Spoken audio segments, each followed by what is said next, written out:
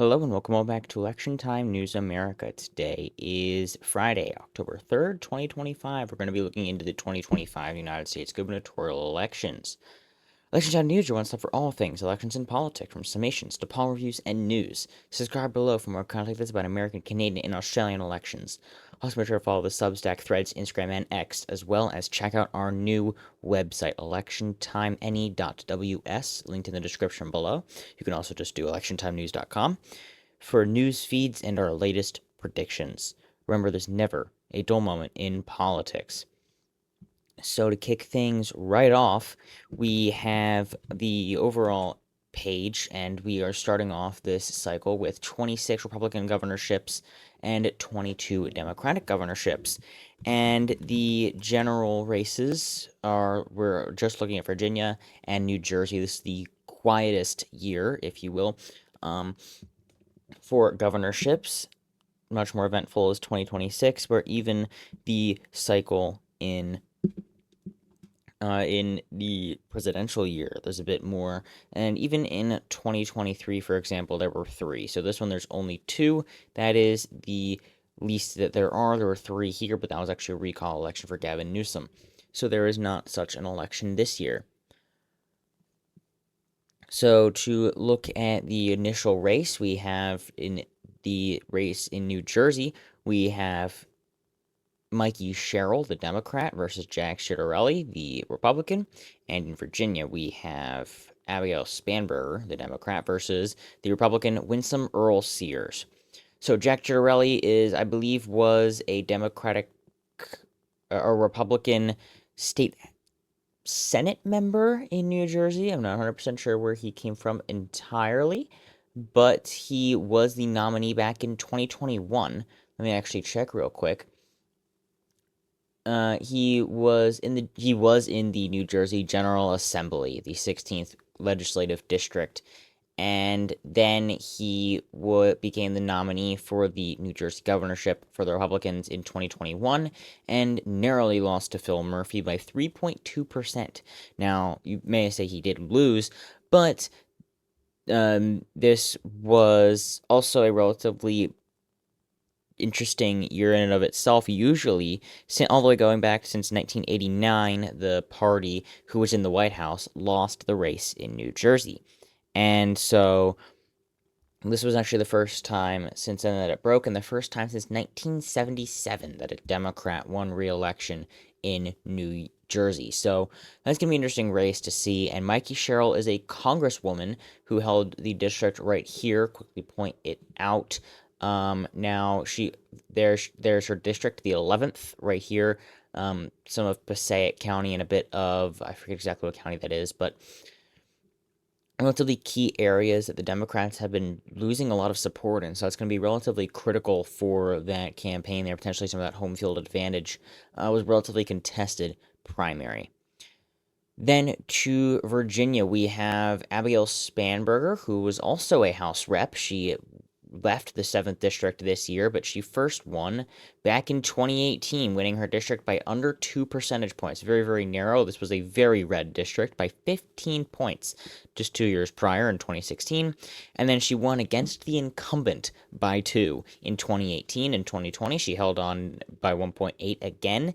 And then she got drawn, she narrowly lived in the northern part of the district up here. She got drawn into a much more favorable district for the 2022 cycle and managed to win by almost 5, and then she retired from the House this cycle around. But she is a very strong candidate. But not to say that the Republicans have a weak one either. On the same ballot that Glenn Youngkin won in a somewhat of an upset in 2021, Winsome Earl Sears won the lieutenant governor position. So she was also winning on that same ballot there that Youngkin won and flipped the seat in Virginia. So that's generally the origin of all of the candidates. To start things off, let's go with the less eventful of the two, which is definitely going to be the race in Virginia. So both of these were expected to be relatively competitive back in the beginning of the cycle. But things weren't necessarily looking too certain. But now, as things have continued to move on, things are not looking good for Winsome Earl Sears. And that is definitely reflected in the polling. Recently, she has come up a little bit. Trafalgar Group did only have Spanberger up by 5, and she still hasn't hit 50% yet. But and there's still 9% undecided, so that could, in theory, all break for Sears. But based on the presidential rule, that means that typically undecided are the less knowledgeable voters, and they tend to just break for who they vote for in the presidential election, which can generally just be seen with how the state votes as a whole. So that'd be D+6 in New Jersey, and actually a bit more than that, considering how much it shifted. Quite a few Democratic voters just sat out. It completely depends on the turnout game in that situation. But the main, that would actually be 7 points in Virginia. So that is, I accidentally did for New Jersey, but they were essentially the exact same. Pretty sure that New Jersey was 5.8 and Virginia was 5.7. So they were basically the exact same. So either way, they're still going to break slightly for Spanberger, which is a good sign. But if we look back here, it was much more back in before even close to the 2024 cycle. No idea how they managed to guess the candidates here, but it wasn't necessarily very contested, but once you started getting into the beginning of the cycle here, into about February or so, it would Spanberger up by 6. And then you start moving more into June, where things are getting a bit more contested. And Virginia Commonwealth University came with this one with Spanberger up by 12. Wick Insights then up by 10. Roanoke College up by, that's 17. So then you ended up with a lot. Then Commonwealth University came out with another one where she was only up by 9. So it has started to get a little bit closer. And you can see these margins with all of these aggregates 7.3, 6.7, and 8.1. And the average of those is 7.4. So generally, she's just barely sitting under 50% with 7.6 undecided. That's going to be very critical. But here, Emerson College came with a poll where she was up by 10. Spanberger up by 10. So that's going to be a large call there. The guess is now up to 9.7% because the trajectory is still narrowly on the side of Spanberger at this point in time, narrowly being a likely victory. This would be quite a bit of a sweep. Still not even as much as, actually more than 2017 was. That was Northern by 8.9, which was a relatively impressive victory. And so McAuliffe by 2.5. So this would be the largest victory for either party since 2009. That was a 17-point win. But that's going to be the race in Virginia. It's not going to be very contested. It ends up coming down to the general turnout. Obviously, if Democrats aren't showing up again at all, it's going to depend on the Northern Virginia region. But now that we have the government shut down, and most polls have been saying that most people blame the Democrats for that, that is, or the Republicans for that, as opposed to the Democrats, that's going to potentially re-energize independents to go and potentially vote for Spanberger, and that could potentially be the nail in the coffin for Earl Sears as of right now. And we're looking at for the odds for Virginia is 95% chance of victory for Spanberger, which is extremely high, almost certain, and in the bag. But that is not the case in New Jersey. So that's a flip from 2021. But now New Jersey is actually the closer of the two races here. And so the main issue with New Jersey is the slippage here by the Democrats, and they have basically they originally handed what was a very strong race in New Jersey and have basically just completely dropped it. So 51-38 to start things off. Then Rutgers Eagleton with lean 9% undecided. That's a 20-point lead. But then as you've gotten closer, National Research Inc., this was in mid-September, right before the debate, I believe. This was dropped by Ciatterelli's campaign, and he was up by 1. And since then, a nonpartisan poll has found them tied. So you do still have, this is a joint poll between a Democratic and a Republican researcher, so that is still a bit of 1,002 registered voters, 41 for that poll. So that's that's still 7.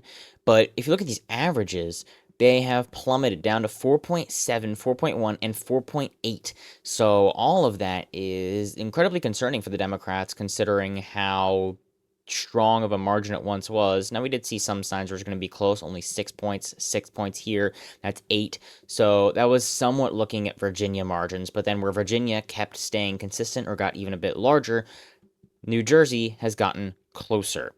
So what we could end up seeing is, in theory, a blowout for Sherrill. That would have to be based off a lot of things. But we're seeing also in these polls in the crosstabs, independents are actually going to Ciatterelli, meaning that Sherrill will have to boost the turnout game in the northeastern region. And if independents end up going, then we could see some Republican gains in the southern part of the state. It would all be down to Sherrill's district, pretty much, whether or not she will actually be able to pull off a win. This recent one done by Qantas Insights, slightly Republican, are up D+2. Look, the last time that they polled back in early September, then you end up with a 10-point lead. So that is a considerable collapse.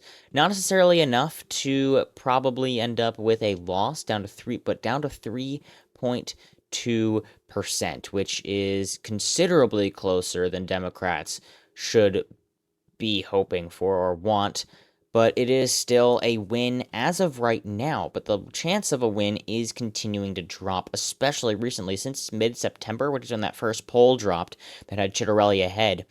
The chances have dropped from 88%, which was roughly on par with the Virginia odds at that point in time, a little bit less, but still, all the way down to 77%, which is still 3 and 4, which isn't terrible. But things that have a 25% chance of happening happen all the time. So that is still a relatively concerning thing. And also the volume of money traded is just drastically different. But that doesn't seem to be harming chances for the Democratic sweep. This would not only be for Ciatterelli going down and Earl Sears going down, but also that Mamdani wins the New York City mayoral election, and also the Virginia House of Delegates. But still, it has dropped a considerable amount since the market started in mid-September. It was about 70%. It was hitting 80% relatively regularly. Now it's down to 70%. So that is still a bit concerning. But in New Jersey, you do have a different issue. Depends on how the campaigning ends up going. You do have about a month left. But in this state, while Trump did get strong gains, it appears that most voters actually are somewhat regretting their decision based off of the economics, the economists poll, the running poll tracker for the Trump approval rating. And you can see that New Jersey, amongst all voters, is at minus, this is actually all adults, minus 21.4, and amongst 2024 voters, minus 13.1. So he was at minus 6 in 2024, and now he's at minus 13. That means that somewhere in there, some Trump voters in New Jersey regret their choice based on simple statistics. Oh, wow, that's actually really good in Arizona. That has been continuing to go up. But minus 13 in all, minus 21. If Ciatterelli has continually, like he did in 2021, tying himself to Trump in a relatively strong way. While that didn't work in 2021, it was a more hostile environment in New Jersey, then you still have that could potentially end up working, considering how much better Trump did this cycle, 2024, in the northern region, especially around the New York City outer NYC region.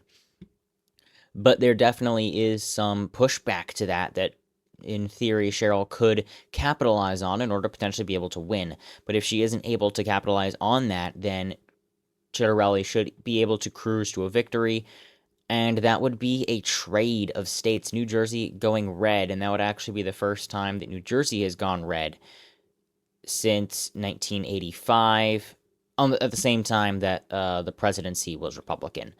But the last time that the presidency was blue, but the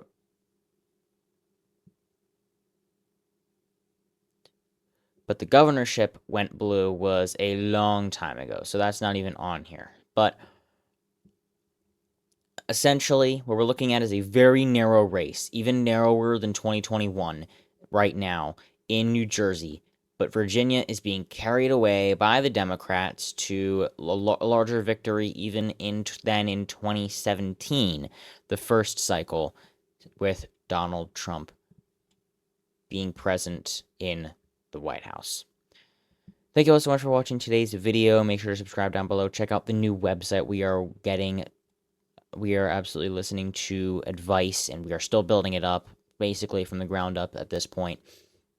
Thank you all so much for watching again, and have a fantastic rest of your day.